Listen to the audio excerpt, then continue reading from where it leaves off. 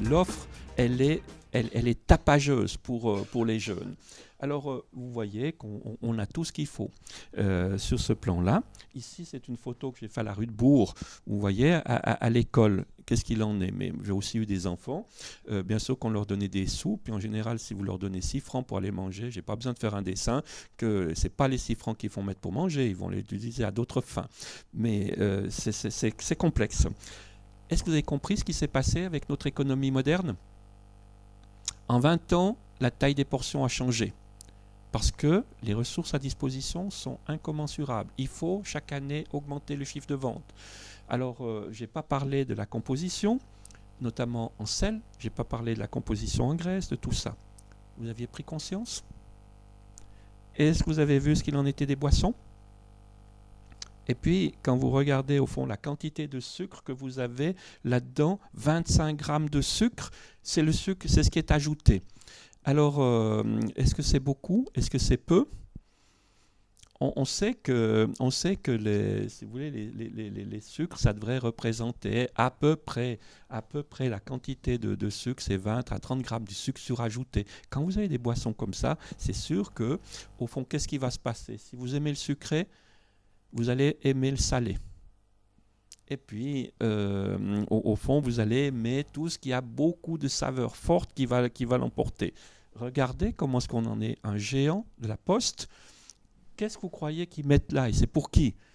On diminue le nombre de personnes qui sont au guichet. Par conséquent, la file d'attente est plus longue. Et quand même, pour pouvoir faire du profit, on va y mettre ces éléments-là. Ici, c'est juste la publicité. Simplement de vous dire à quoi la publicité à la télévision, sur quel type de produit on va influencer les comportements, les achats des consommateurs.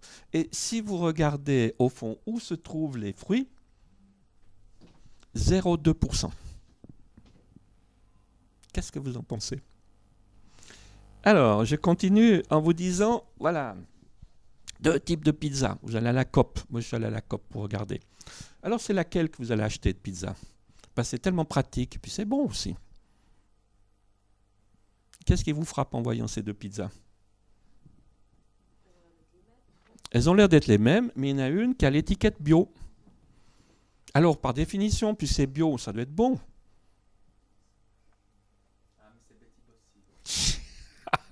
Mais aussi bon, parce que Betty Bossi, voilà. Alors, vous allez regarder la composition.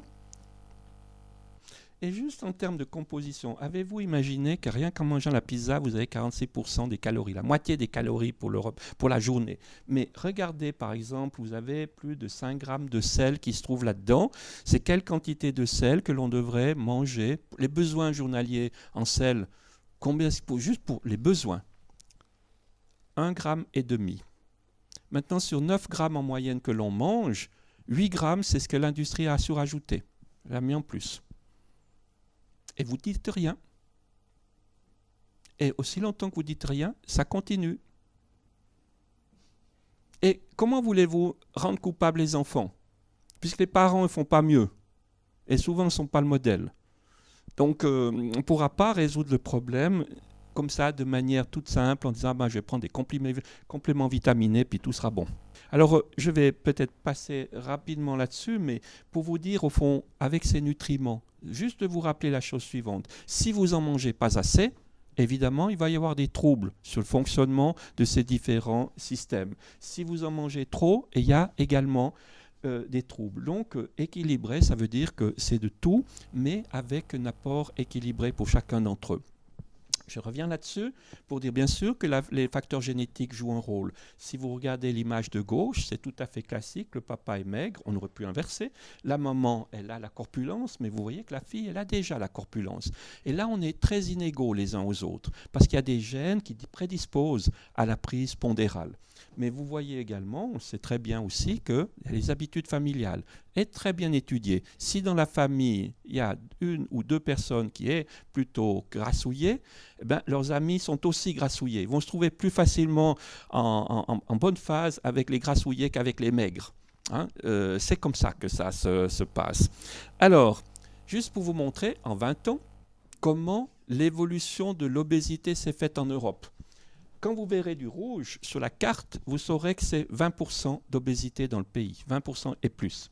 Ça, c'était l'Europe en 1980, 5 ans plus tard, 5 ans plus tard, 5 ans plus tard, 5 ans plus tard, 5 ans plus tard. Qu'est-ce que vous en pensez? On assiste là à une catastrophe, et c'est les adultes, mais c'est également les enfants. On a une forte augmentation de l'obésité chez les enfants. Juste vous montrer, ça vient de sortir, c'est Promotion Santé Suisse qui a fait ce monitoring dans différentes villes de Suisse. Mais ce que je voulais vous montrer là, c'est cette inégalité sociale.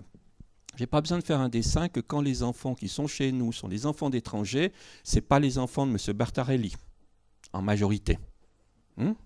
C'est les enfants qui sont plutôt, dont les parents, ils n'ont pas le niveau d'éducation suffisant. Mais vous voyez la différence d'obésité, et vous voyez là, par exemple, j'ai mis à gauche en première année, donc c'est les enfants dans première année de scolarité, on a déjà chez les étrangers près de 20% de surcharge pondérale. Je veux dire, c'est impressionnant de voir ça.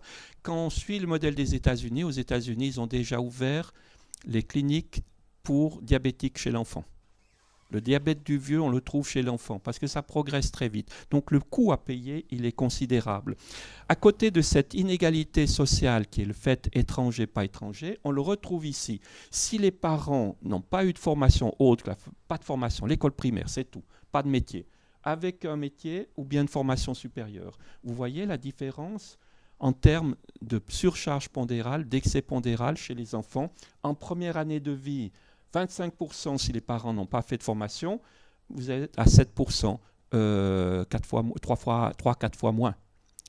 Qu'est-ce que ça veut dire ça? Ça veut dire que, à quelque part, il y a une nécessité de pouvoir donner de la compétence, c'est de l'information et des compétences. Comment je vais pouvoir éviter, c'est plus des tigres, c'est plus des lions, c'est plus le loup qui est là, mais ça a une autre forme, ce qui nous menace. Alors, les impacts sur la santé sont multiples. Je ne vais pas trop entrer en détail là-dessus, mais quand vous voyez cette jeune fille, là, pour vous, mesdames, c'est quand même inquiétant. Vous la reconnaissez, cette dame, parce que quand elles nous montrent leur ventre, les filles, au fond, elles ne savent pas ce qu'elles nous montrent. Là, vous avez typiquement ce qu'on appelle le syndrome métabolique, c'est-à-dire que c'est une obésité qui est particulièrement néfaste. Et vous voyez la largeur de son bassin à cette fille-là? Et vous croyez qu'elle a un bassin de fille? Il est très étroit. C'est une masculinisation, ça. Mais ça veut dire que ça touche à quelque chose de fondamental. On a les bonnes évidences maintenant que ça touche à la fertilité. Vous connaissez les filles qui ont ce qu'on appelle le syndrome des ovaires polykystiques, avec des troubles de la fertilité, des règles irrégulières. Elles font un petit peu de moustache, etc. Un peu d'hirsutisme. Mais tout ça, c'est en lien avec l'obésité et le syndrome métabolique. Il y a une prédisposition génétique qui est là. Mais ça ne fait rien, la prédisposition génétique. Par contre, avec un mauvais environnement, des comportements inadéquats, à ce moment-là, on le voit apparaître. Alors maintenant, c'est sûr que quand on a quelqu'un qui sait depuis le plus jeune âge qu'il est touché, qu'il a cette prédisposition au syndrome métabolique, ça va faire tout autre pour lui de se dire « mais moi je sais, c'est comme les gens qui sont par exemple les blonds ou les rouquins, ils savent que s'ils vont au soleil, qu'est-ce qui va se produire ? Les coups de soleil, et puis les coups de soleil, c'est quoi? C'est à coup sûr le cancer de la peau, le mélanome. On ne va pas les empêcher d'aller au bord de la mer. Simplement, qu'est-ce qu'on va leur dire? Vous allez vous baigner soit le matin, soit l'après-midi. Donc, en ayant connaissance de ces éléments-là, à ce moment-là, il y a plus de chances de pouvoir décider. Regardez la même chose avec notre alimentation. Ce qui a bien été démontré, ces troubles de l'alimentation, on a des performances scolaires qui sont réduites. Il faudra bien y penser à cela.